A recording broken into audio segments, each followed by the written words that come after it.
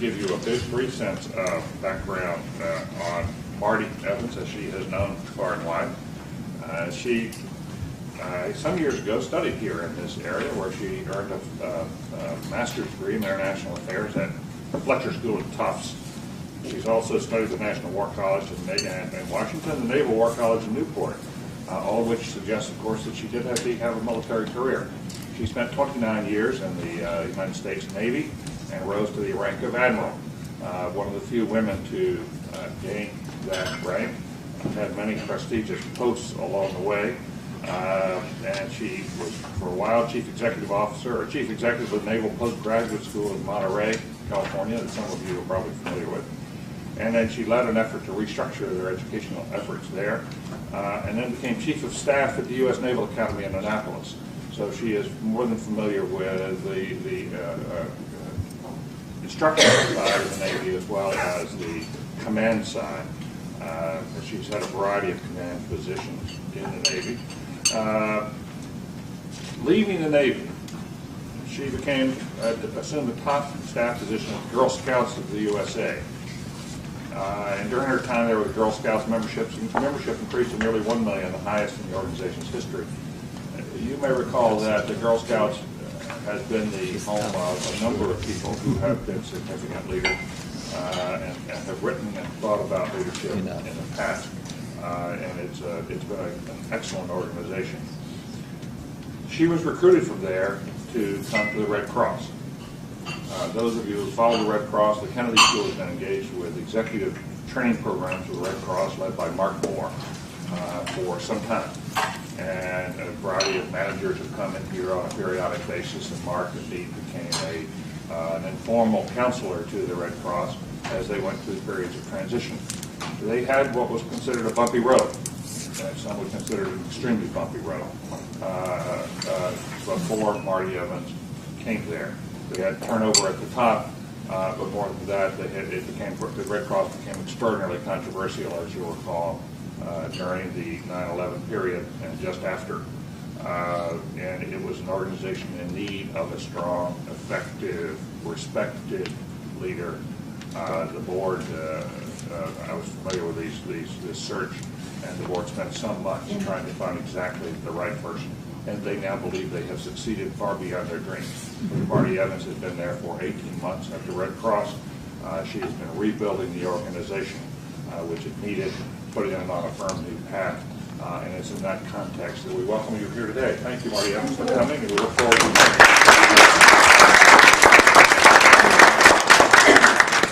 Well, David, thank you so much for that very, very kind introduction. It is great to be back here.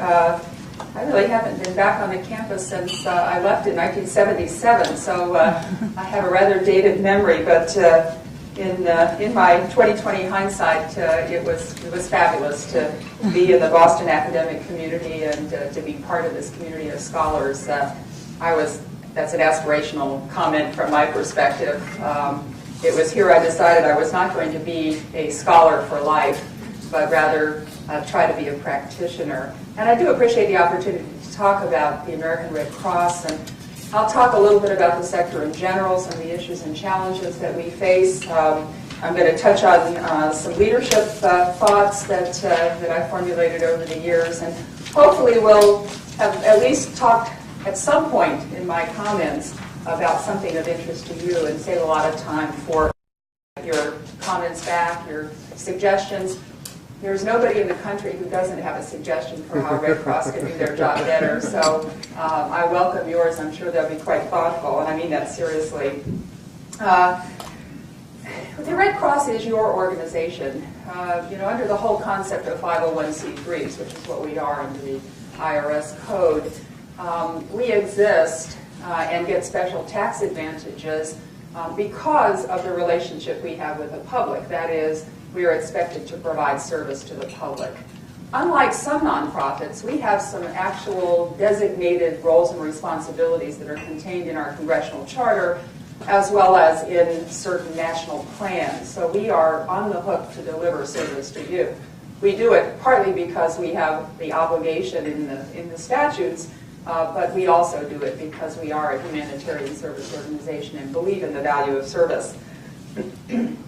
Let me tell you a little bit about the origin of the Red Cross movement, because it's central to who we are today. And I think one of my biggest challenges, if you want to take sort of a global view of the challenge of leading this organization, and I don't do it alone, I'll talk about my partners in the American Red Cross Board of Governors. One of the governors of the Red Cross is here today, Steve Carr, so I have to be totally truthful about what I say about the organization, and certainly politic as well, though I would be anyway. The origins of the Red Cross movement are important because if you go back to the origins in the mid-19th century, you can then track forward to today, the different world today, and one of my largest challenges, and what I kind of think about in those moments at 3 a.m. when I awake and try to get things sorted out, is how do you make this dream that Henri Dunant and then subsequently Clara Barton had, how do you make it relevant for our time? Because my own view is that those of us in leadership positions, whether we're in volunteer leadership positions, as is the case of our Board of Governors, or in staff leadership positions, we're here voluntarily. We've stepped up to the plate and said that we will take on the challenge of being the custodians of that dream that created the organization way back when. We will safeguard the dream and then prepare the organization as appropriate to meet the challenges that lie ahead. So I think we are very much, at least I am very much taken with the idea that we have to make sure that the organization, as it is in our custody, is strengthened, the values are perpetuated, and then we pass it on to the next generation for the future. Henri Dunant saw the carnage in those great battles in the mid-19th century, and in particular the Battle of Solferino had a huge impact on him. And he thought about issues of, that occupy the humanitarian service space today, and created the movement. He was Swiss, created the movement, and created the insignia. And there's a whole nother talk and discussion about the challenges, contemporary challenges of insignia. But he created the Red Cross insignia because it was the reverse of the Swiss flag. Very simple. There's no religious connotation to it at all, and that is extremely important. It is merely the reverse of the white cross on the red field, which is the Swiss flag. Clara Barton heard about it, and she was an amazing woman. Again, for a course in women's studies, she is truly a role model of someone who seized an idea and wouldn't give up.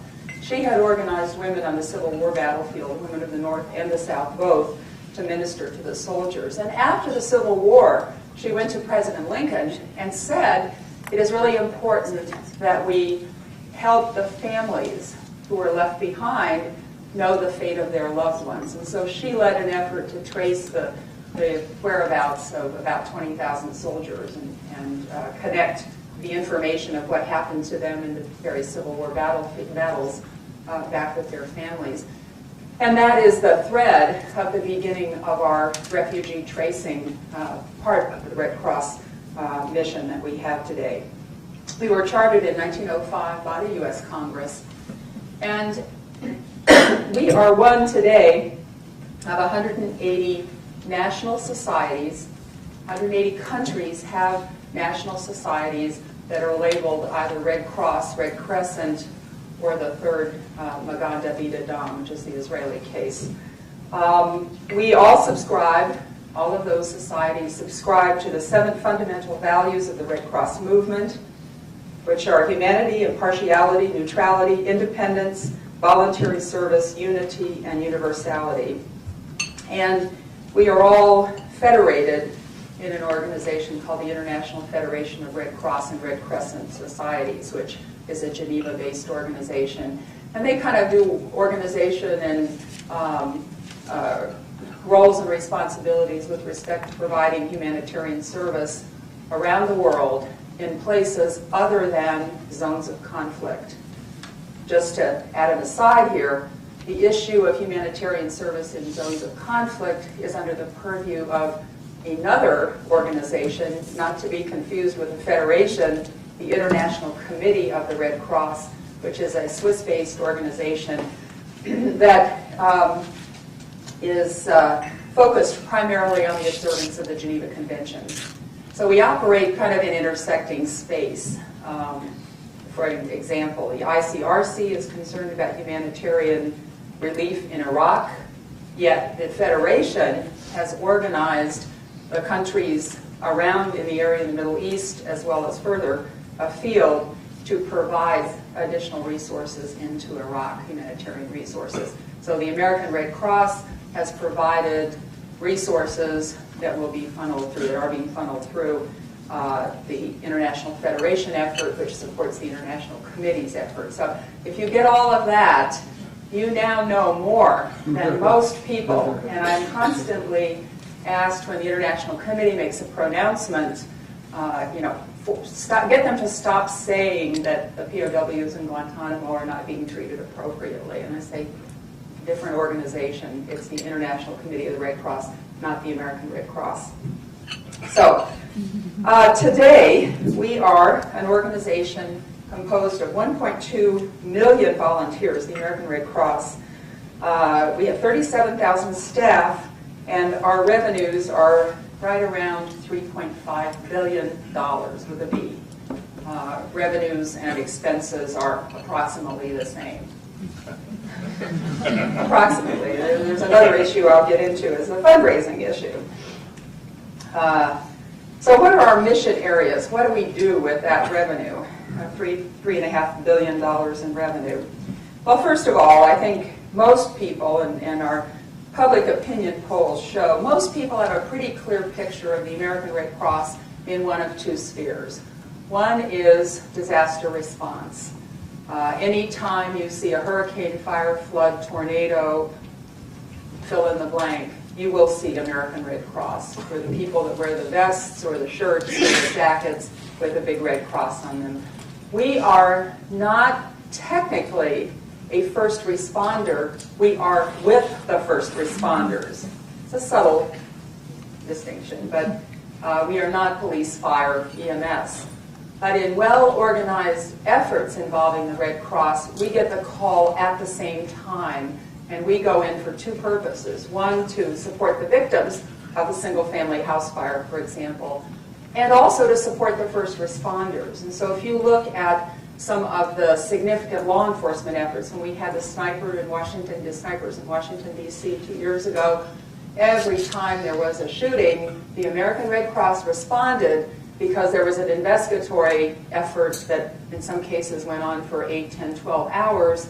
We provided support to the first responders, to the people who were there and affected. And our role has, and this is particularly true since the late 80s into the 90s, has really embraced the idea of providing mental health support.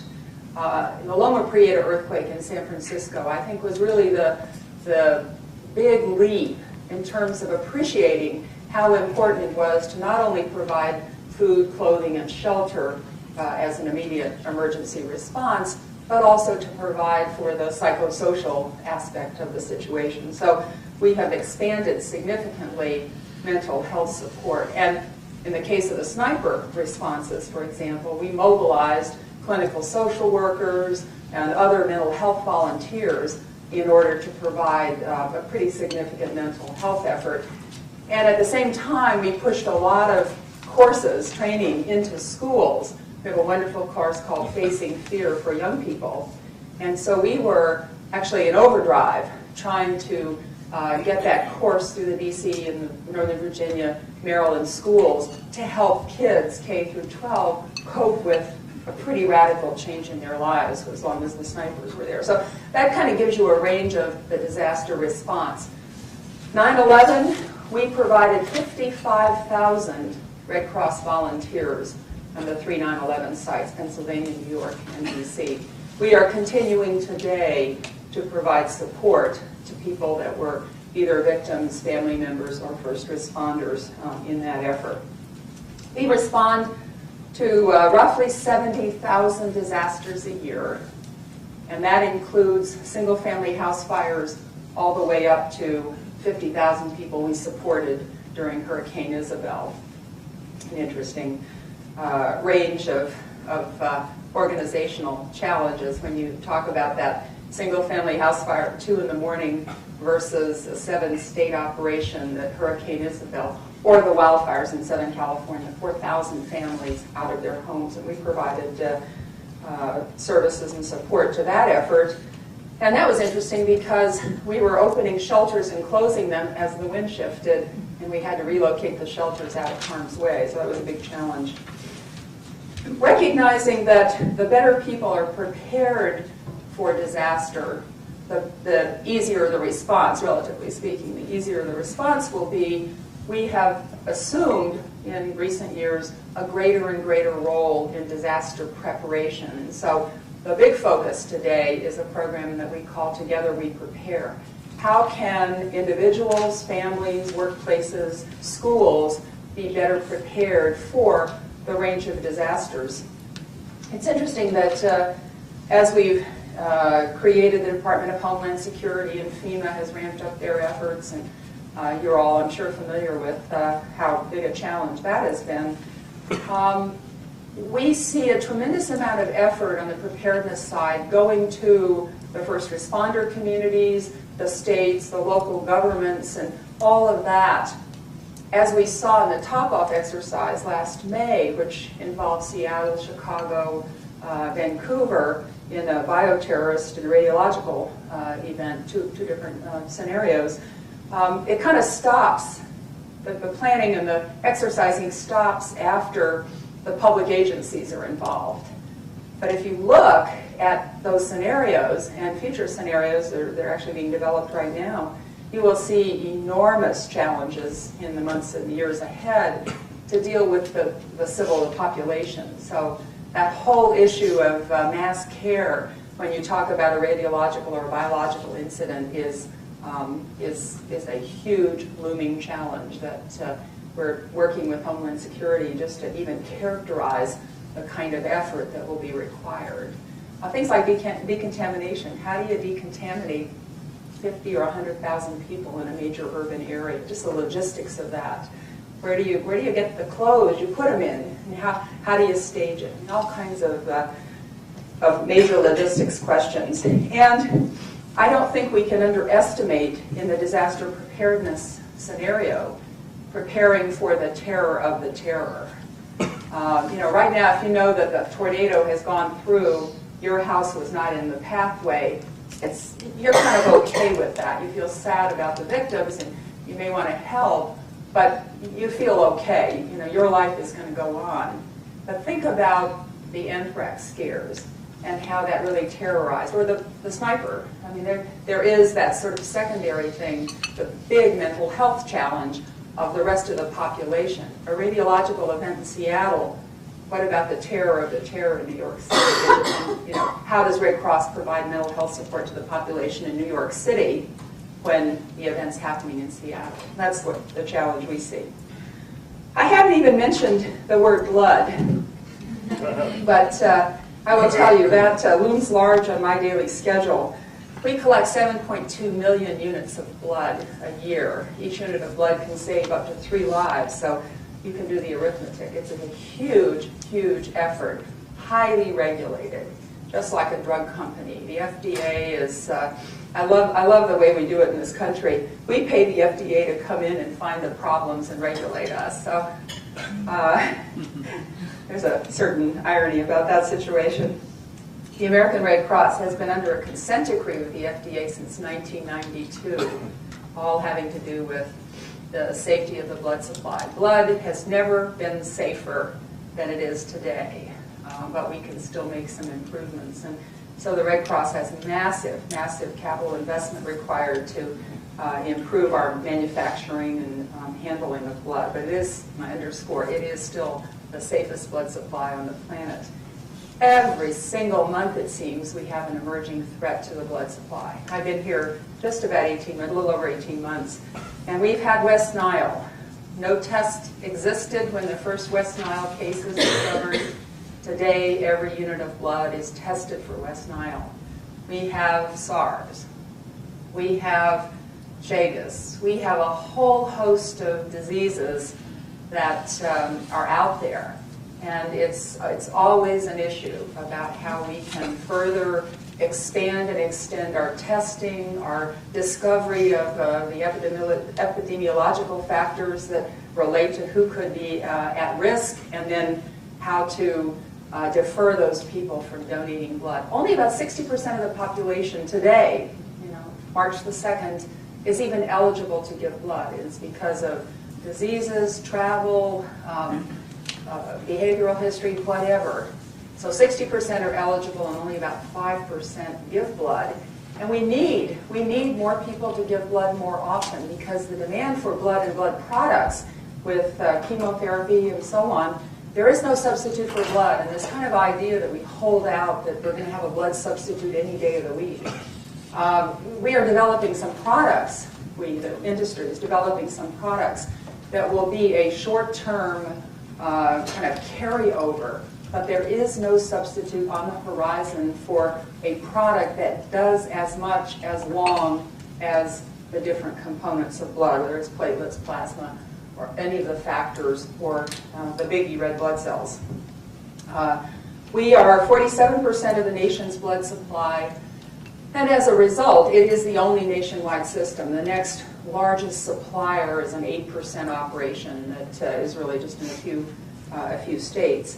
So whenever we have a threat, and this gets into the national security and public policy arena, whenever we have a threat that could require the use of blood, we are the ones that end up shipping it. And for a lot of blood banks that draw their own blood and provide it to, say, a local hospital system, we fill in the blanks. If they don't have enough O negative or A positive or AB negative or whatever, we are the ones that provide the missing components. And so it truly is a national treasure. And I will tell you, we get no federal subsidies at all to operate this nationwide blood system. The fourth area is Armed Forces Emergency Service. We provide, and this is in our charter, we provide the link between the military families back home and their loved ones around the world. So we deliver those messages about the illness of a close relative, a family member, and so on. We have today, I have 10 people stationed in Iraq who are at the forward end of that communication chain. We have people in Afghanistan, we have people in Qatar, in Kuwait. And I'm concerned on a daily basis about the security situation there. And finally, we have a major international component. We have bilateral American Red Cross, host country National Red Cross or Red Crescent Society relationships in about 40 countries. We focus on water and sanitation, on healthcare, education, HIV/AIDS prevention and treatment, nutrition, and I think those are the primary areas in our international projects. So we work bilaterally, and then we also work, and we are funded in some cases by USAID and some of the governmental sources, and then we work also through the International Federation on multilateral kinds of projects. So that's the scope of the Red Cross, and I would suspect, if you're not an average audience, but unless you have delved into the background of the Red Cross, you're probably surprised by one or more of the aspects of the range, the scope of the mission of the Red Cross, or maybe even just the finances of the Red Cross. Let me talk briefly about our priorities. First of all, and I'm reminded of what John Gardner says about life being, or sometimes we're faced with a series of opportunities that are cleverly disguised as insoluble problems. And on a daily basis, I'm looking at some of those seemingly insoluble problems. The first one is, how do we move the needle in this country on preparedness? How do we, when we talk to people about preparedness, they say, oh yeah, that makes sense. We should have a family disaster plan. We should have some disaster supplies. Yeah, we should have training in first aid and CPR. Yeah, we should donate blood. It's good to do that. How do you take that affirmation that those are worthy activities and get people to actually do them. It's appalling today how little preparation there is from a family workplace kind of point of view. Only about 40% of the workplaces that we surveyed last fall in a pretty expansive survey have done anything to prepare their workforce or their facilities for the possibility of some kind of disaster.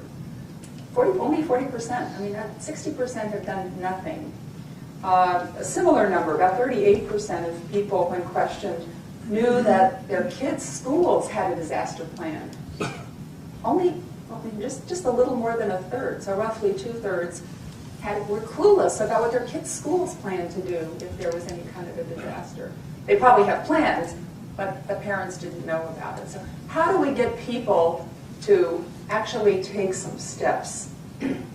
So that's number one.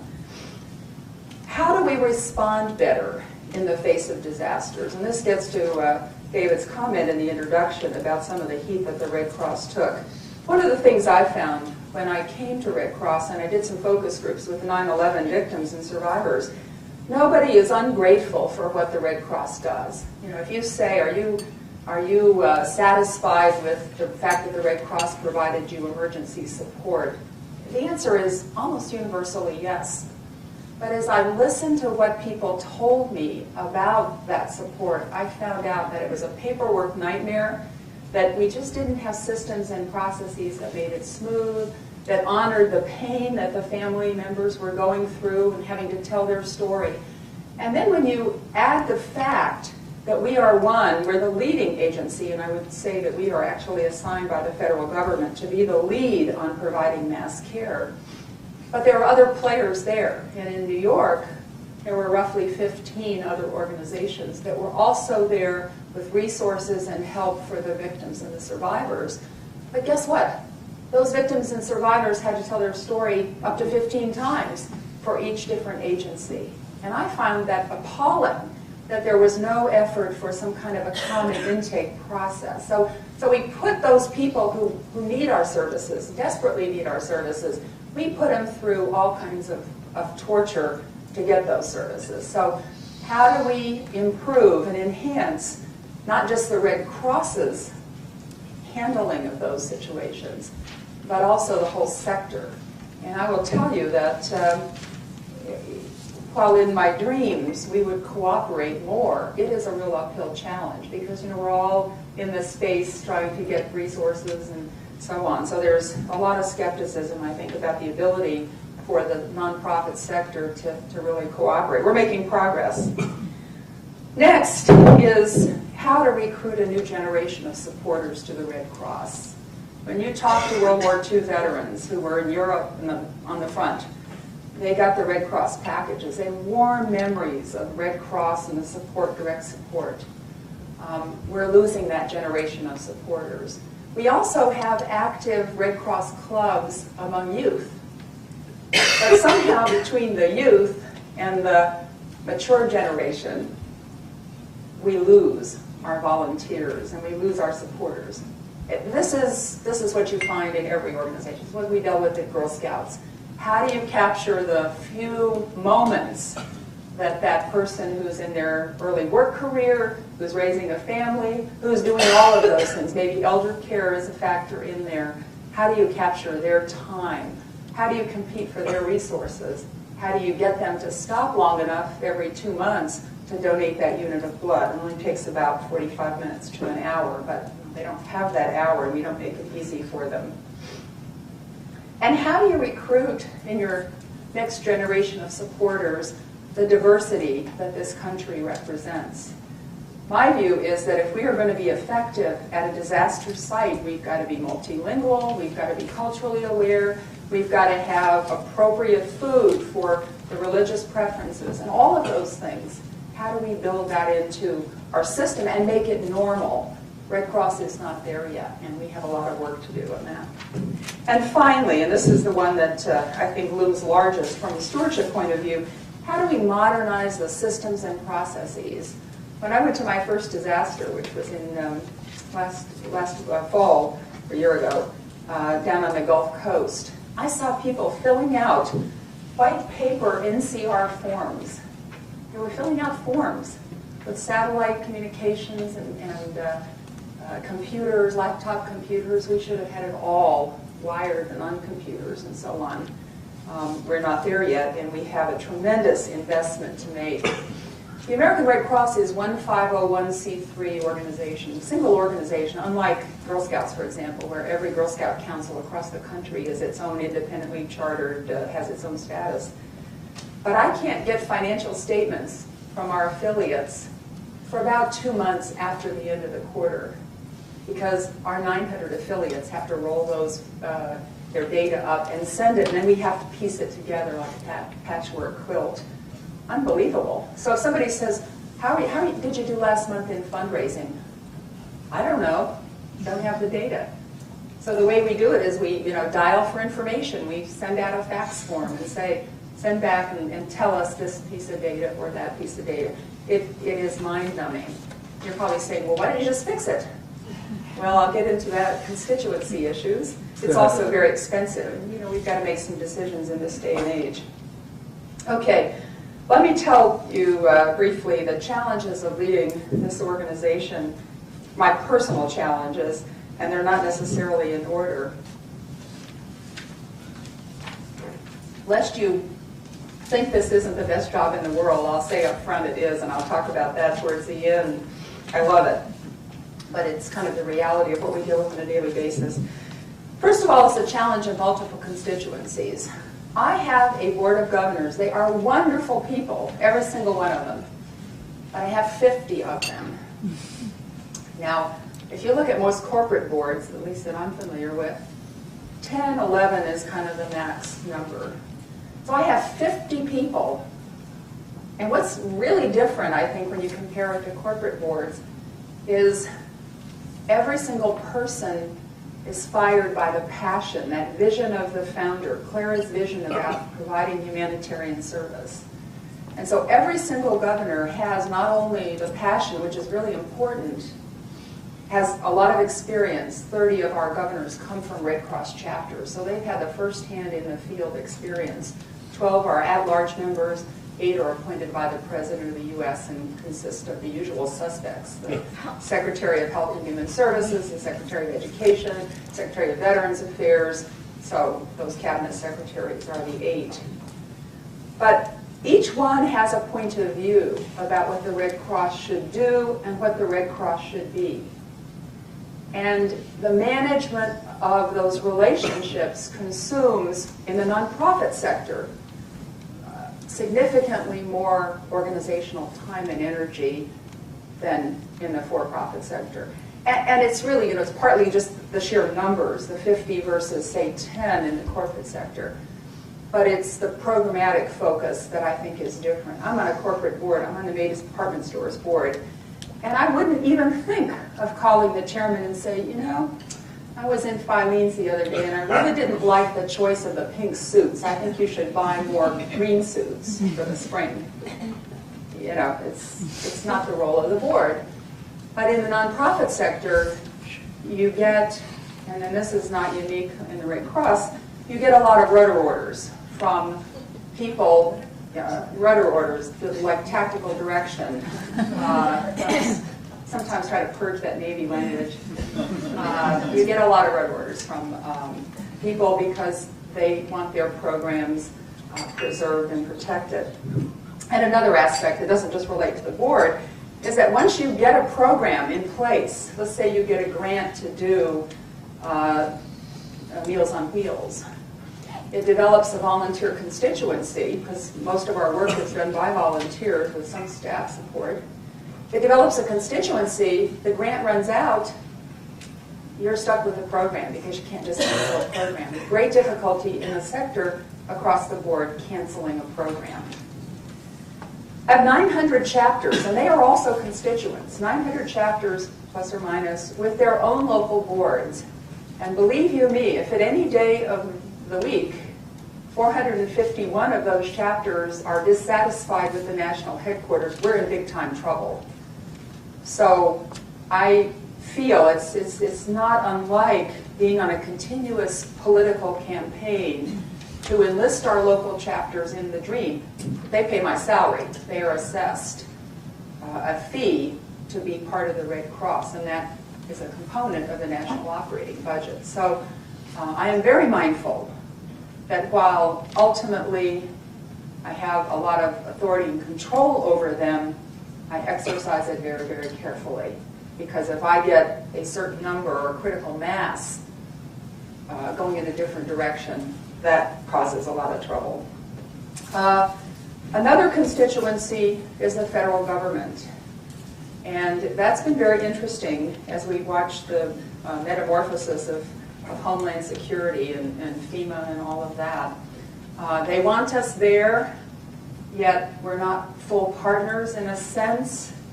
And some of the structures set up as you know, they're making the new world, the new policy development process, the new interfaces, as they're making those up. We have a specific designated responsibility for mass care of the population of the United States. And that is right alongside and equal to other federal tasks like reconstituting the nation's banking system, the nation's transportation system, the healthcare system. So we are at that level, yet it is a constant challenge to be seen as a full partner.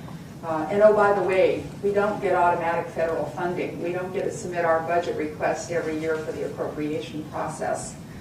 So the feds get a pass on having to provide some support for that. And then the public, and these are just the big constituencies I see.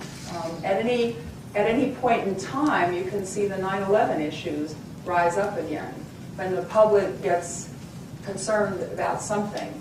And you know, when you see the stories in the New York Times or Washington Post, I guess it was, about the Nature Conservancy, nobody is gleeful that the Washington Post has seized on the Nature Conservancy to do this in-depth investigatory reporting, because you know that it could be your organization next.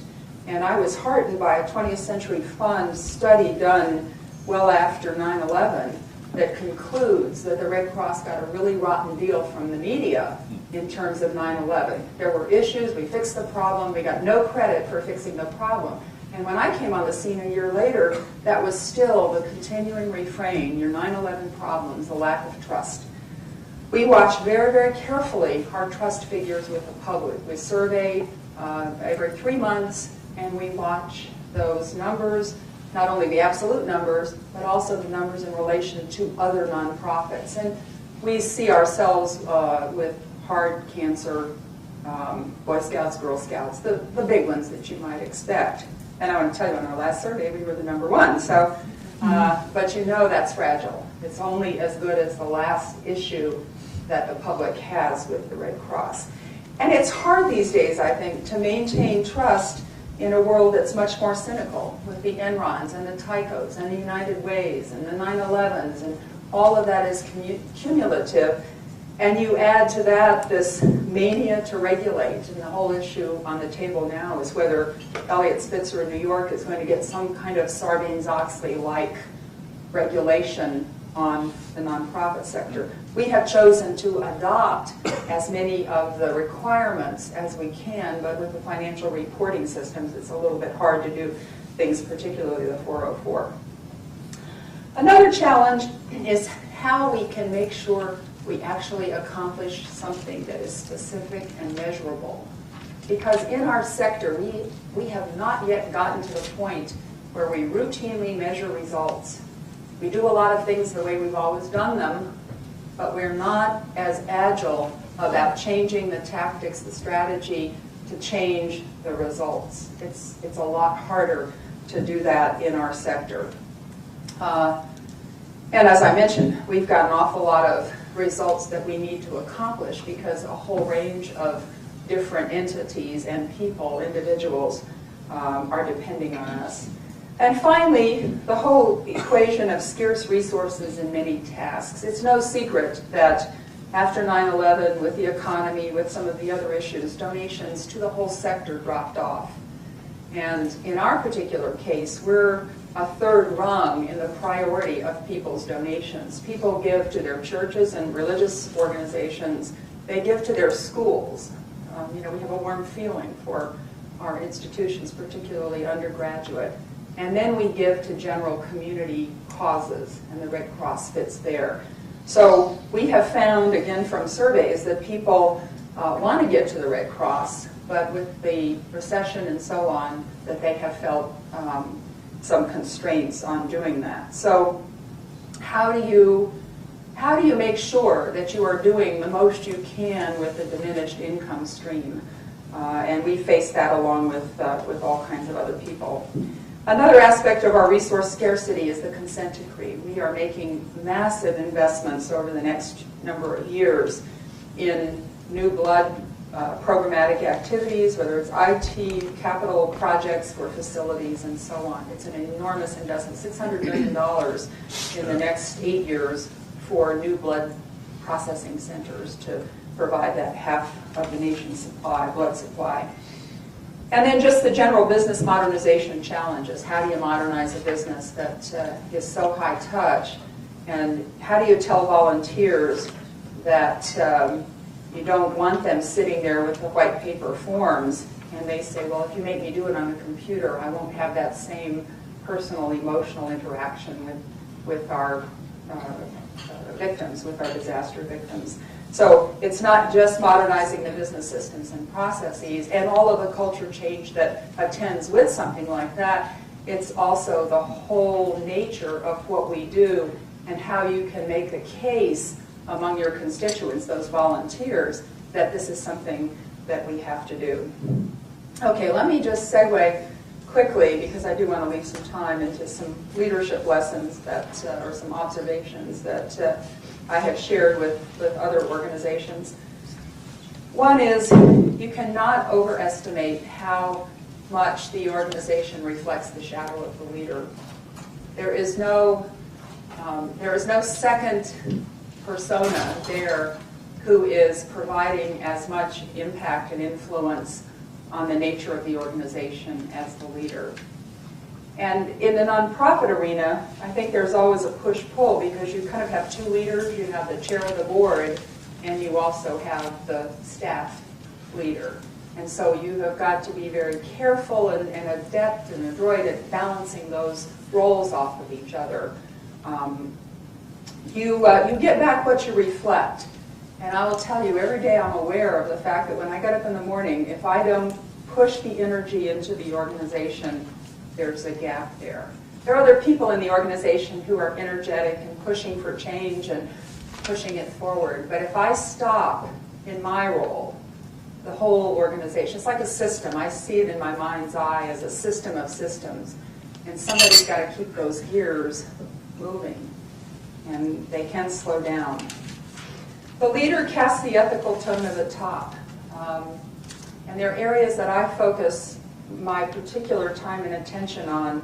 One has to do with stewardship of donor funds. I want to be able to tell any donor, number one, we safeguarded those funds and we use them for the purpose that you gave them to us for. And number two, that we correctly use them. We didn't use them for things that you would see as inappropriate. And everybody has a different view of inappropriate. So we have to really characterize what is acceptable. I was surprised when I came to Red Cross, and it's not the case today, but I came to Red Cross, there was no way for anybody in the system, 37,000 people, 1.2 million staff members, 1.2 million volunteers, nobody in the system to raise a flag other than through their sort of normal interfaces and say, I don't think we're using these funds right in some place. The good news is we have a hotline system that's up and running. The bad news is people are using it. And so we're having to investigate. We had 552 calls last year on our hotline about having to do with everything from fraud, misuse of funds, inappropriate channeling of donor dollars, inappropriate use of volunteers, and the list goes on. We have had 13 convictions in court. And we are now up to $298,000 in restitution. I think that's kind of, a tip of the, a surge at the outset, because we instituted this last year, and we're seeing it taper off. But what a commentary on lack of opportunity to report, and then what there was to report out there in this large nationwide organization. And it's not restricted to the Red Cross. We had issues in the Girl Scouts. Unbelievable issues in Girl Scouts, but we did. Theft of cookie money. Anyway. The leader's priorities become the organization's priorities. We have spent a lot of time and energy at Red Cross in developing a real strategic plan, a 5-year strategic plan. And every day I'm mindful that if I decide my priorities are different from that plan, we're setting up a little problem in the organization, mixed messages. And so I think the leaders have to be aligned with their own plans.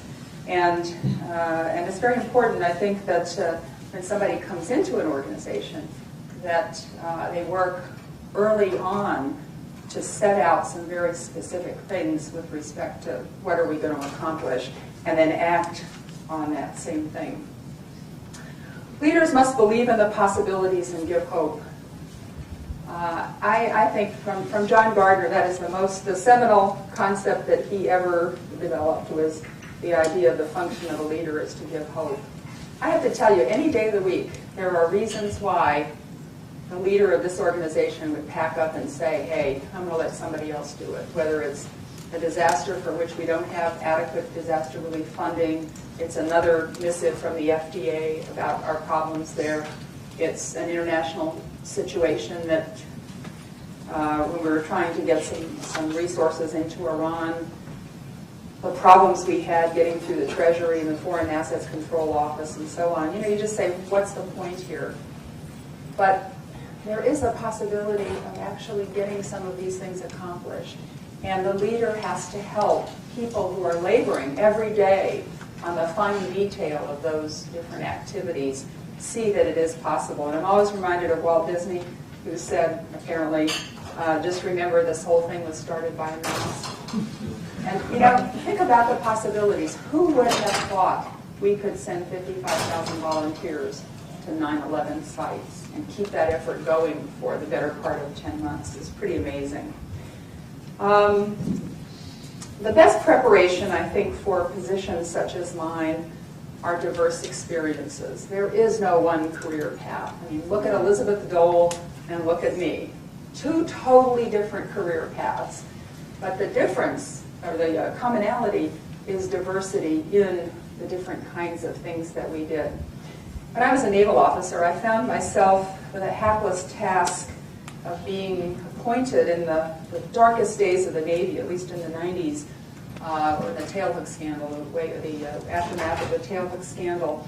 And I learned from hearsay from people who had been at an all-admiral meeting in the Pentagon that I had just been named the head of the task force to develop a strategy to change the culture and climate of the Navy and Marine Corps too, to value and respect women. What did I do? Or, you know, I had a lot of thoughts. I mean, you know, isn't that just like organizations to blame the victim? I mean, I had every single thought run through my mind about why I got this opportunity. But you know what? It was one of the best opportunities of my life. And we got through that. The combat exclusion law was changed. A lot of good things came out of it, you know, the silver lining factor. And then as a reward, there was one job in the Navy that no admiral wanted. I was by this time a one-star admiral. No admiral wanted. I mean, people just kind of hunkered down, hoping that they would not get the call that said that they were going to be the next commander of Navy recruiting. And the problem there is you knew every moment of the day how many people you put in the Navy. The economy was just taking off, and the ability to recruit young men and women for the Navy, high school diploma grads, was inversely proportional to the economy and the state of it and so on. And so nobody wanted that job, and everybody knew that the billet was turning over in the summer of '93. And I got the call. Best job I ever had. It prepared me more for the rest of my life than any other job I ever had in the Navy up to that point. Marketing, all of that kind of communication. And then going out on the road defending the Navy publicly about these great opportunities for women was really exciting, because that's where you have to see the glass is really half full. It's more than half full. So the point is the diversity of background. The thing I wish I had had more of was a little bit of business. But fortunately, I had the opportunity once I left the Navy to become involved on corporate boards, and that's a very, very eye-opening kind of thing. But I was at Girl Scouts those 4.5 years. I learned about volunteers and how important volunteering is, not just to the country, but to the individuals, to the girls whose lives are impacted and changed by volunteers, and how important it is to value volunteers, and how important it is that your volunteer cadre reflect the people you are trying to serve. So a lot of good lessons about volunteers that I think every nonprofit CEO wants to know.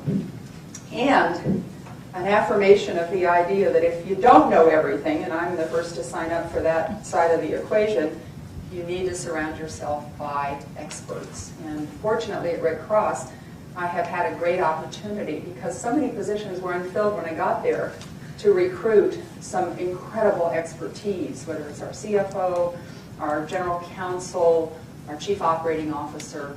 And I think some people are threatened, some CEOs are threatened by having very talented people. I mean, they're always kind of saying, well, maybe they want my job. Well, I mean, that would be terrific if they want my job.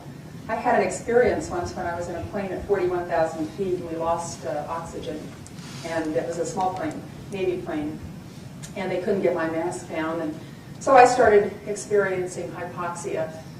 And I will tell you that helped me think about what was important in life. But one of the things, as I reflected on that I felt the best about when it was all over, was the fact that if the worst had happened, if the plane had crashed or whatever, or I had been deprived of oxygen to the extreme, my organization would have continued on quite well without me. I had done what was necessary to make sure that I was not indispensable. And I think that's a really important lesson that sometimes leaders don't want to come to grips with. The fact that one of the responsibilities of a leader is to not make him or herself indispensable. No one is well served by the indispensable leader. Next, the last point I want to make is in our daily lives, and this is not just true with CEOs of large nonprofits, but probably a life lesson for everybody, and that is that we have to take an active role in planning for the long term. It is very easy, in my organization in particular, to get caught up on the urgent. I mean, any day, I've already been on the phone this morning with some urgent issues having to do with some business relationships that Red Cross has, multi-year and multi-million-dollar contracts. But I have got to plan also for the important that today, those issues that today are not urgent in the sense. They will become urgent if I don't plan today for them, but it's a matter of parsing your day and parsing the resources you have and delegating so that you plan for not only today, but you plan for next week, next year, and even further. And that gets into the whole idea of what am I doing today to prepare this organization for the next world that we'll have to operate in. And lastly, do what you love and love what you do. I have had many, many jobs in the Navy. The good news is that we're reassigned all the time. And then I've had 2 post-Navy experiences. And there is no substitute in your life for loving what you do and doing what you love. But I would also add on that there are lessons that you can get along the way if you happen to find yourself in a situation where you don't love what you do and you're not doing what you love. And that kind of calls to mind something that a great boss of mine had on his wall, and it said, "Bloom where you're planted." I talk to a lot of young people. I serve on White House Fellows regional panels many years, and I see a lot of young people saying, I want to be president, and I'm going to do this and that, and they're not living in the moment. That sort of be here now, enjoy the moment, and take the lessons that are presented to you. As I reflect on them, one time when I had a job that I despised, in a setting I despised, in a room I despised, there were some good lessons from that. Number one, never to let myself get in that situation again. But there were some other lessons too. But think about the possibilities in your life. And every day make a difference. And that's the joy of my work. That's why I love my job, is that every day I'm surrounded by people who are there for the right reason, who want to make a difference, who are doing things that truly do make a difference, impactful things. The work is hard, there's no question, but that's life. So those are some thoughts this morning, and I'd love to have your suggestions on what the Red Cross ought to be doing and other topics.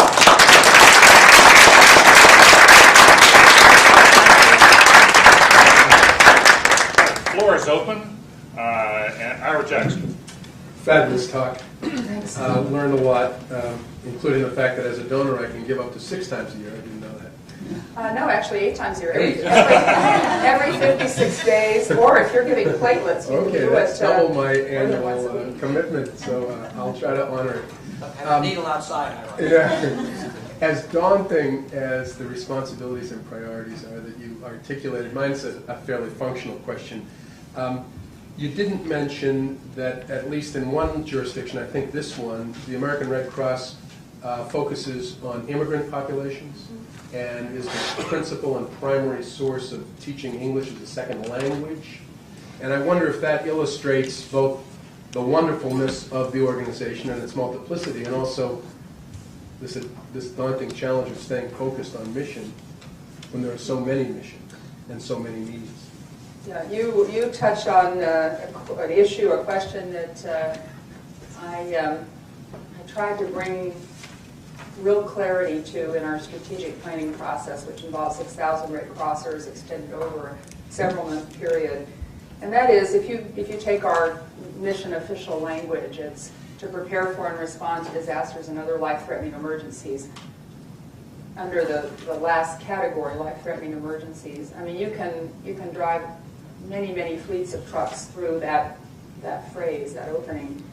And what happens is that problem that you identify a need in the community, which in some cases is not being done by somebody else, though increasingly that's not the case. And then you get some money to do it. All of a sudden you have a program, you have constituencies, you're doing good work, you're getting good press, it's connecting you perhaps to other donors. So there are pluses to expanding the role of the Red Cross. And then the situation gets tight, and the chapter here in Boston is having some significant financial difficulties. So what do you do about that? We have a system in Red Cross that is somewhat helpful called must services, should services, and may services, and we try to categorize them. And I've really kind of reduced that to even, I think, a simpler paradigm, and that is our business is to help prepare for and respond to disasters. If we do that, if we are responding effectively to every single family house fire and then are able to scale up to the big ones, then there may be room to do other things. Now, what I also say is you don't just all of a sudden announce one day we're stopping this program, because you also have an obligation to those that you're serving to hand it off. And so as finances have become more difficult, chapters across the country have reached out to other organizations. A number of places, St. Louis, for example, they were running homeless shelters. Really met a community need. I mean, there's no question the community needed those homeless shelters. Today, the transition, those homeless shelters are run by an organization that is largely a coalition of clergy, of religious groups in the city of St. Louis that had already been running homeless shelters. And so I would argue that they have made the difficult choice, transitioned effectively, and are much better off, because now they can focus exclusively on disaster preparation and response, their main mission, plus tracing and armed forces emergency services. It is a question, I think, that any complex organization has to deal with. And, you know, if you look at business, and there's a good model from business, I think, if you look at GE, pick a big, Fortune 50 company, in the heyday, they expanded and they got into this and that. And what are they doing today? They're refocusing, shedding, they're demerging, deacquiring, and focusing, somebody says keeping to their knitting. So I think that's what we have to do as well. It's just harder in our sector because you do have a strong volunteer component that if their identity is wrapped up in the provision of these services, you've got to find a way to transfer that. Red Cross is the only named agency. Now, some would think that that means that others on the scene would somehow, that there should be some kind of coordination. The new plans, the National Incident Management System, and the soon-to-be released, we hope, Federal Response Plan adds more clarity around the responsibilities of the Red Cross to be the primary agent. And the way that plays out is at multi-levels. And what I tell our chapter executives, CEOs of our local chapters, is if they are, first of all, not at the table with their community response organizations, police, fire, mayor's office, however it's structured in the community, they're missing the boat, and they need to press that issue in, and then they need to be a leader among equals, because it's very sensitive. I mean, we don't win friends and develop good working relationships by being the 800-pound gorilla and acting out that way. We kind of are, just because of the scale and scope of what we can do when we do an operation.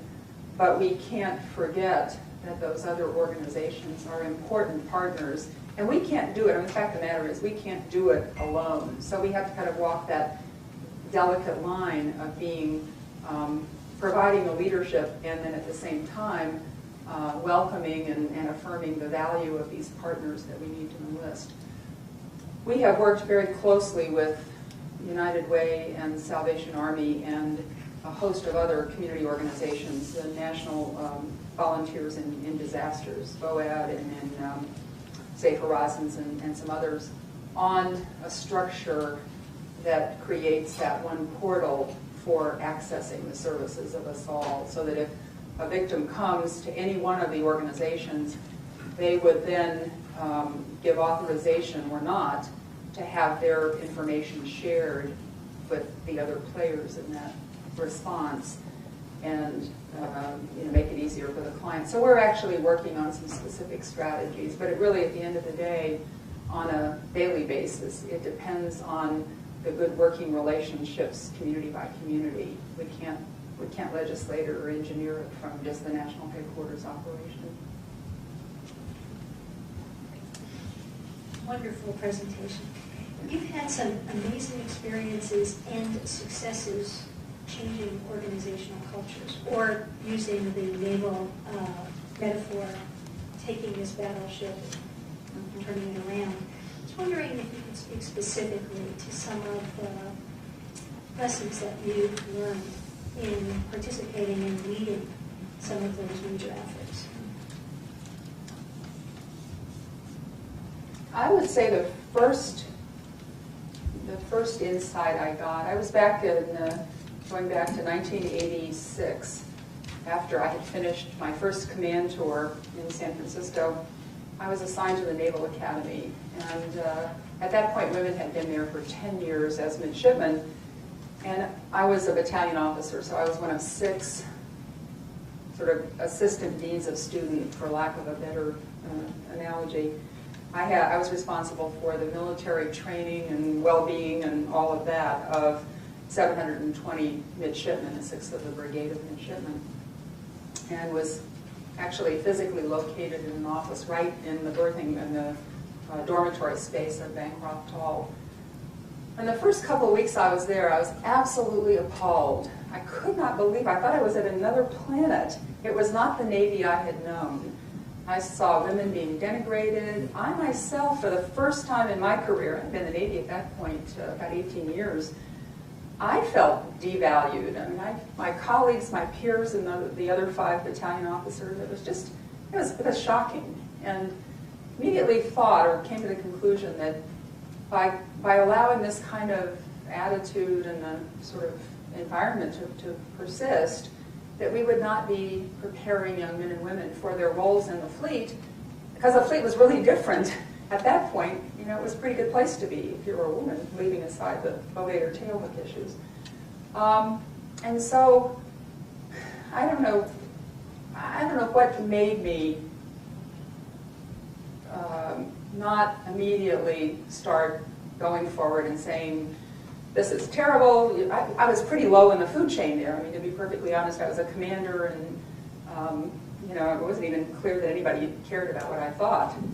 So what I did was spend about 2 or 3 months gathering information, gathering data to the extent that I could, and kind of mapping what I thought where I thought the Navy was and where I thought the Academy was. And so by the time I was ready to talk, I actually had a pretty decent presentation that, you know, kind of had a pretty good argument. And my thinking at that point, I had seen and I had heard about people who had tried to confront the system there, and they were excommunicated. I mean, they were shuttled off to Timbuktu in a sort of classic organizational response. And I didn't want to go there. So, I started this whole idea that, in my mind at least, that I would have more success in being part of change that I thought was critically important if I could somehow also have at least a few first steps that willing listeners might want to take. And then I also went through my whole mind of the responsibility. You know, to what extent, and this kind of gets into the ethical question about to what extent did I, a woman in the minority, I was the senior woman officer in the whole commandant's organization, what was my responsibility? Was it to survive and show that a woman could make it there, others had not? Was it to change the system? Well, wait a second. There was an admiral, there were actually 2 admirals there, and my boss was an admiral, and if they weren't willing to do, where is my responsibility? So it was kind of the first time I came to grips with what is my obligation as a naval officer? Is it to my chain of command? Is it to the broader Navy? Is it to the women here who are being abused and everything? And kind of have to sort that out. And I decided, first of all, I did have an obligation. This was one of those moments, where you stand up and be counted or you're failing. And then how to do it so it would be impactful. And I decided that in that environment, with those people, having a rational argument was the most important thing I could do. And couple that with a plan. Now, it may not be the plan they wanted to do, but at least some steps, because I was mindful of the fact that if I was going to go tell the commandant and the superintendent that they have a big problem, in my judgment, they're kind of going to be in a difficult position because, I could call the Navy Inspector General and say, I told them. And they probably didn't want that from, So the first thing I learned was get your act together before you confront the system. And I think that it's hard, but I think it's important. And I've counseled people, men and women both, when they've been in organizational situations that have some of those features, that you really do have to be thoughtful and have a good strategy and find those people in the organization. I think one of the keys for us there at that time was I was not the only one who thought there were some issues, but they were all atomized. They were out there as individual actors.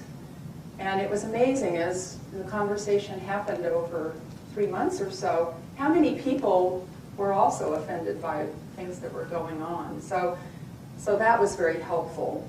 And that's one issue. And I found with the tailhook work that there were also a lot of supporters for change. And they were just looking for the right change strategy to become a part of. And, I thought it was pretty important that the administration, the Republican administration, actually went to Congress and asked that Title 10, Section 6015 be rescinded, the combat exclusion law, in the 92 appropriation and authorization bill. So that was pretty revolutionary that we opened combat assignments to Navy and Marine Corps women at that point in time. I think you also have to have a view of what you're going to be satisfied with as far as gains. I don't think organizations change in a linear fashion. You make some big gains and then you kind of coalesce them. And I, for a couple of reasons, ended up being on the first Women in the Navy study back, commissioned by James Webb, interestingly enough. And there were women on that study, about 30 people on that study, who were incensed that the only changes in terms of assignments in the 78 study, or in the 87 study, were going to be logistic support ships. And he said, well, that's, they're not changing the law. They're not opening combat. It's critically open combat. And my view was, let's get women into logistic support ships. Let's make it work, proof of concept, and then we'll have a better platform in the future. So I think it also has to do with your definition of what you will be satisfied with as far as changing. And I think we have to be practical. Organizations don't necessarily change overnight. That being said, I truly did recognize the opportunity in the post-tailhook time for some pretty significant changes. There were a lot of things that came together. I think you have to be prepared to stay the course. It's not going to happen overnight. So there's something about your own inner makeup that you don't get discouraged. I mean, if I had gotten discouraged along the way, I probably wouldn't be here today. And I can remember the 10 months on the tailhook effort, walking through the halls of the Pentagon, and I tell you, when I walked down the passageways of the aviation section of the Pentagon, I mean, it was palpable. And the enemy was in our midst, and, big deal. They just sort of, that's their problem, not mine. So you have to have a thick skin, too. I don't know if Linda had some of it. If you have time for one more question, I'll ask it. But it's really sort of a two-part question. Part one is somewhat self-serving. You may even have been a source for Linda, or a case about women in the Navy a dozen years ago. We teach here, and I understand you maybe even spent a couple of weeks here at some point. I had some conversations here. Along the way. But the question really gets to the challenges you face at the Red Cross as we, post 9/11, as we're now looking at catastrophic threats from terrorism that are really kind of unimaginable. And I want to apologize if you've already addressed this. I came in a little bit late, so. And really to pick up on a couple of questions that preceded about the kinds of changes you need to implement, the kinds of training or developmental experiences that you're trying to provide the managers of the Red Cross as they're thinking about a world that's really quite unlike the kinds of disasters, kinds of things that we faced in the past. If you could address that in just a minute. It's a huge issue. It's my conviction that the new kinds of disasters that we need to be prepared for are not just bigger fires, floods, tornadoes, hurricanes, cyclones, and so on.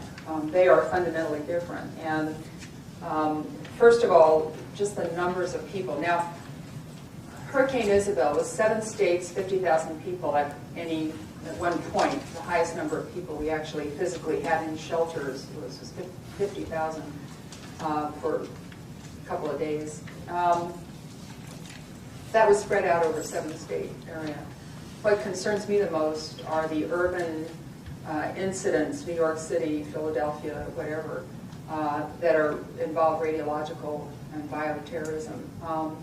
And the good news is I'm not the only one who's concerned about it, and I think that those are the central questions in FEMA and Department of Homeland Security. What is the scale and scope that we truly have to be prepared for, and how are we going to get it done? And unfortunately, it is a slow process, an iterative process. But I think, at least as I've read the draft plan so far, the National Incident Management System, we have come a lot closer to the point where we do have a sort of shared understanding of what we believe the threat will be. We also, certainly in the time I've been on board, we have made great progress in integrating the disaster management piece of Red Cross with the response from Homeland Security. So as soon as, for example, as soon as there's an incident where Secretary Ridge activates the crisis action team that reports directly to him, we have a Red Cross, very highly experienced disaster staff member, 24/7 is on call to augment the command center. We also have a similar arrangement today with the Centers for Disease Control. Interesting that they now have a response, a specific response role as well in those kinds of scenarios. So we're working very hard to characterize it and then develop the cadre of people. We've trained at this point About 300 of our 900 chapter leadership have trained in WMD response. But I will tell you, their partners on the other side of the table, the state and the local, it's a difficult situation because the federal money is trickling down and it's just not yet having an impact in their ability to develop their plans, to train, to organize, and so on. It being election year, not surprising that the first and second round of Homeland Security money is being parceled out to every entity possible in very small slices so that everybody gets to share in the largesse of Homeland Security. So it's a process, but we certainly recognize it and are very muscling in, is maybe a good word, to make sure that we're at the table, at least in Washington, and then we can push it out. Our whole cadre of volunteers, though, we have a massive effort to develop a whole new strategy for volunteers because many of our volunteers are retirees. They signed up for fires, floods, hurricanes, and tornadoes, and they're now getting into some much more exotic kinds of things. So that's, I think, a continuing challenge. I hope if I can ask you one last question. We may want to come back to you and talk a little bit about Pete's question. He runs our executive program, training programs here. Julie Gerberding at the Center for Disease Control as well as Homeland Security have been reaching out to us in the School of Public Health about running some training programs here for emergency preparedness for federal officials, and we're in the midst of some pretty serious conversations now about how do you do that and what can we add, what value added could we bring. We might like to have your counsel on that. You might be very helpful. Let me ask you one last question. I think a lot of us will walk away from here thinking, wow, she's really got some big challenges and she's got some very interesting thoughts and has had really interesting experiences and leadership experiences. But I'm interested in your life. How is it that you live your life so that you can balance off these huge challenges? Being a woman, working out as a woman, balancing off all of family versus career versus leadership. How do you manage it? What kind of life do you live? What time do you get up in the morning? How do you keep yourself fit? I mean, you look enormously fit. You must lead a very disciplined life, but it also must be extremely challenging. So, to be the author of your own life, how do you do that? Oh, what a question. Well, first of all, and I didn't say it though it was in my notes. I thought I was maybe getting to the end of the time. A long time ago, I had a great life lesson about minding relationships. And my father was a chief petty officer in the Navy. He went in the Navy during World War II. He's one of that generation. Answered the call, went in the Navy, left the Navy, went to college in South Texas, and then went back in the Navy for the Korean War, missed it so much, and stayed in for 24 years. And so he left the Navy before I joined the Navy in 1968.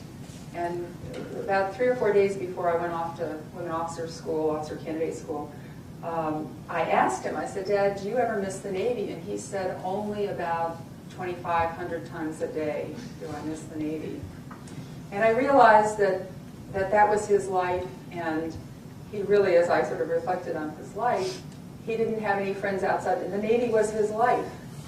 And at that point, well, that wasn't that point, it was much later on, I was reflecting on that conversation, and it occurred to me that if you don't have more of a life, whatever you do, if you love it, in this case the Navy, and I love the Navy, there's nobody who loved the Navy more.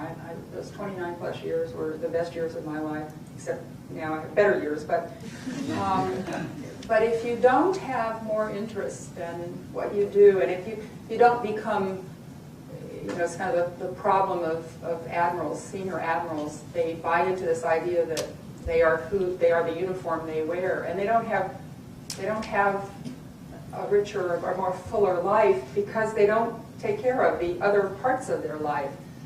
And my father told me, he said, when I left the Navy, it was like I had my hand in a bucket of water and I took my hand out and that was what was left of me in the Navy. And all of a sudden he was a non-person. It was very sad.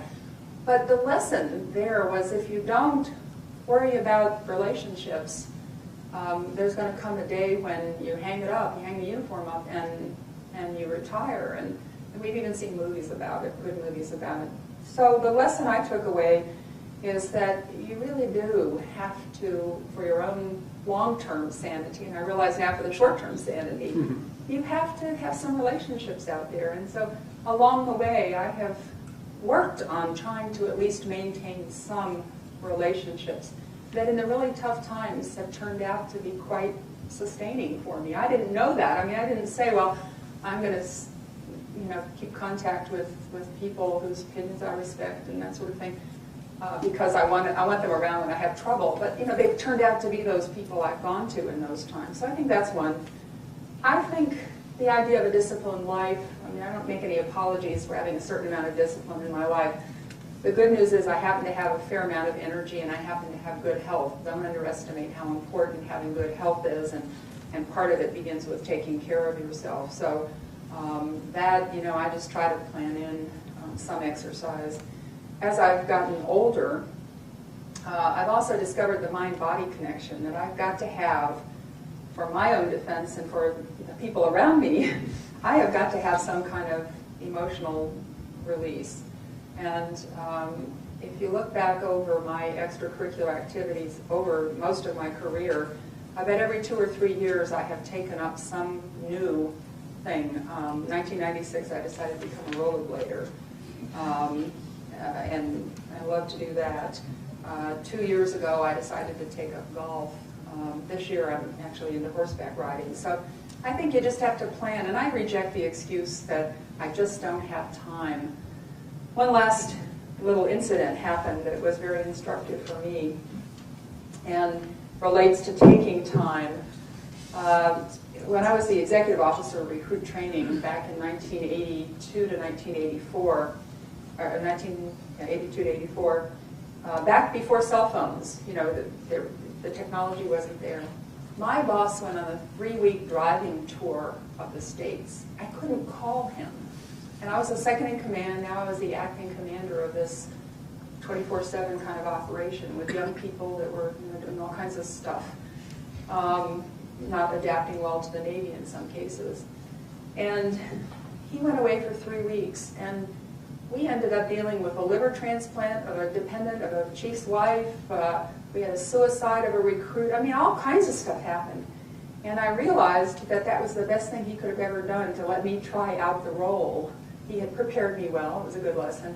And then he let me actually have it, and I couldn't reach him. And so my husband, I'm married to a Navy jet pilot, retired. My husband always reminded me after that, he said, remember how important it was for you to have had the experience of being acting in command? How vital that was in your training and development. Well, do your staff a favor. Go on vacation and get out of their way and let them run it. And if they can't, again, back to what I said before, you haven't prepared them well. So it's kind of like the Greek chorus in the Aristophanes plays. I have the Greek chorus standing over there in the form of my husband who says, remember, you need to take a vacation. Remember, you need to plan time for golf. Remember. So that's the other piece of it, is to have some kind of a loving relationship. And we're celebrating 25 years. And he is the quintessential role reverse husband. He hasn't worked outside the home since 1984. And has been the captain's spouse, the admiral's spouse, and he thought that the only reason they were happy to see him at the new commands I went to was because they liked his personality. It was actually because they realized with a role reverse marriage, the wives' club would benefit and they wouldn't have to pay to have the furniture moved for their functions. So a sense of humor too is Well,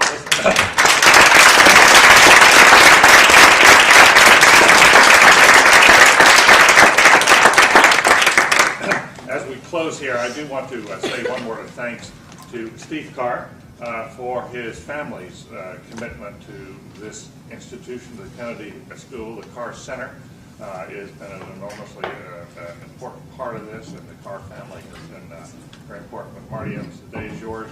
We thank you for coming. We understand now why you're head of the Red Cross, and I must say I leave here with a great deal more confidence in the Red Cross and in its future, and with much clearer understanding of leadership. So we thank you. And there's a whole nother talk and discussion about the challenges, contemporary challenges of insignia. But he created the Red Cross insignia because it was the reverse of the Swiss flag. Very simple. There's no religious connotation to it at all, and that is extremely important. It is merely the reverse of the white cross on the red field, which is the Swiss flag. Clara Barton heard about it, and she was an amazing woman. Again, for a course in women's studies, she is truly a role model of someone who seized an idea and wouldn't give up.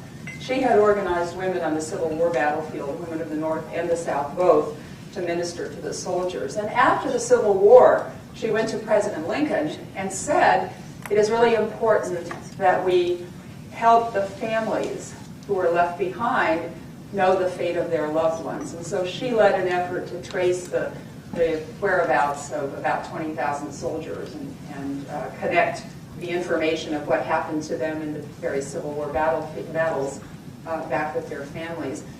And that is the thread of the beginning of our refugee tracing part of the Red Cross mission that we have today.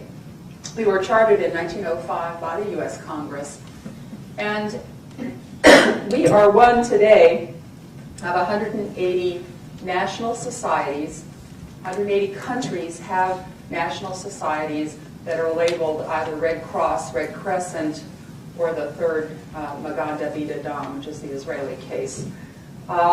We all subscribe, all of those societies subscribe to the 7 fundamental values of the Red Cross movement, which are... Give you a brief sense of background on Marty Evans, as she has known far and wide. She, some years ago, studied here in this area, where she earned a master's degree in international affairs at Fletcher School at Tufts. She's also studied the National War College in Washington, the Naval War College in Newport, all of which suggests, of course, that she did have a military career. She spent 29 years in the United States Navy and rose to the rank of Admiral. One of the few women to gain that rank. Had many prestigious posts along the way. And she was, for a while, Chief Executive Officer, or Chief Executive of the Naval Postgraduate School in Monterey, California, that some of you are probably familiar with. And then she led an effort to restructure their educational efforts there, and then became Chief of Staff at the U.S. Naval Academy in Annapolis. So she is more than familiar with the instructional side of the Navy as well as the command side. She's had a variety of command positions in the Navy.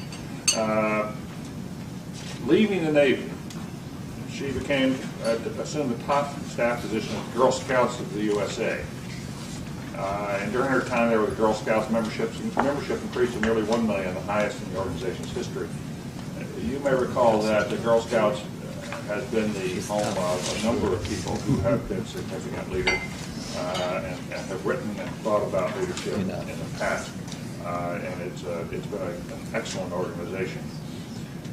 She was recruited from there to come to the Red Cross. Those of you who follow the Red Cross, the Kennedy School has been engaged with executive training programs with the Red Cross led by Mark Moore for some time. And a variety of managers have come in here on a periodic basis, and Mark indeed became an informal counselor to the Red Cross as they went through periods of transition. They had what was considered a bumpy road, and some would consider it an extremely bumpy road, before Marty Evans came there. They had turnover at the top, but more than that, the Red Cross became extraordinarily controversial, as you'll recall, during the 9/11 period and just after. And it was an organization in need of a strong, effective, respected leader. The board, I was familiar with this search, and the board spent some months trying to find exactly the right person. and they now believe they have succeeded far beyond their dreams. Marty Evans has been there for 18 months at the Red Cross. She has been rebuilding the organization, which it needed, putting it on a firm new path. And it's in that context that we welcome you here today. Thank you, Marty Evans, for coming, and we look forward to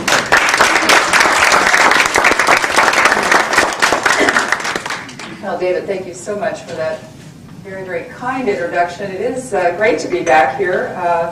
I really haven't been back on the campus since I left in 1977, so I have a rather dated memory, but in my 2020 hindsight, it was fabulous to be in the Boston academic community and to be part of this community of scholars. That's an aspirational comment from my perspective. It was here I decided I was not going to be a scholar for life, but rather try to be a practitioner. And I do appreciate the opportunity to talk about the American Red Cross, and I'll talk a little bit about the sector in general, some of the issues and challenges that the Red Cross movement are important, because if you go back to the origins in the mid-19th century, you can then track forward to today, the different world today, and one of my largest challenges, and what I kind of think about in those moments at 3 a.m. when I awake and try to get things sorted out, is how do you make this dream that Henri Dunant and then subsequently Clara Barton had, how do you make it relevant for our time? Because my own view is that those of us in leadership positions, whether we're in volunteer leadership positions, as is the case of our Board of Governors, or in staff leadership positions, we're here voluntarily. We've stepped up to the plate and said that we will take on the challenge of being the custodians of that dream that created the organization way back when. We will safeguard the dream and then prepare the organization as appropriate to meet the challenges that lie ahead. So I think we are very much, at least I am very much taken with the idea that we have to make sure that the organization, as it is in our custody, is strengthened, the values are perpetuated, and then we pass it on to the next generation for the future. Henri Dunant saw the carnage in those great battles in the mid-19th century, and in particular the Battle of Solferino had a huge impact on him. And he thought about issues of, that occupy the humanitarian service space today, and created the movement. He was Swiss, created the movement, and created the insignia we face. I'm going to touch on some leadership thoughts that I formulated over the years, and hopefully we'll have at least talked at some point in my comments about something of interest to you, and save a lot of time for your comments back, your suggestions. There's nobody in the country who doesn't have a suggestion for how Red Cross can do their job better, so I welcome yours. I'm sure they'll be quite thoughtful, and I mean that seriously. The Red Cross is your organization. Under the whole concept of 501c3s, which is what we are under the IRS code, we exist and get special tax advantages because of the relationship we have with the public. That is, we are expected to provide service to the public. Unlike some nonprofits, we have some actual designated roles and responsibilities that are contained in our congressional charter, as well as in certain national plans. So we are on the hook to deliver service to you. We do it partly because we have the obligation in the statutes, but we also do it because we are a humanitarian service organization and believe in the value of service. Let me tell you a little bit about the origin of the Red Cross movement, because it's central to who we are today. And I think one of my biggest challenges, if you want to take sort of a global view of the challenge of leading this organization, and I don't do it alone. I'll talk about my partners in the American Red Cross Board of Governors. One of the governors of the Red Cross is here today, Steve Carr, so I have to be totally truthful about what I say about the organization, and certainly politic as well, though I would be anyway. The origins of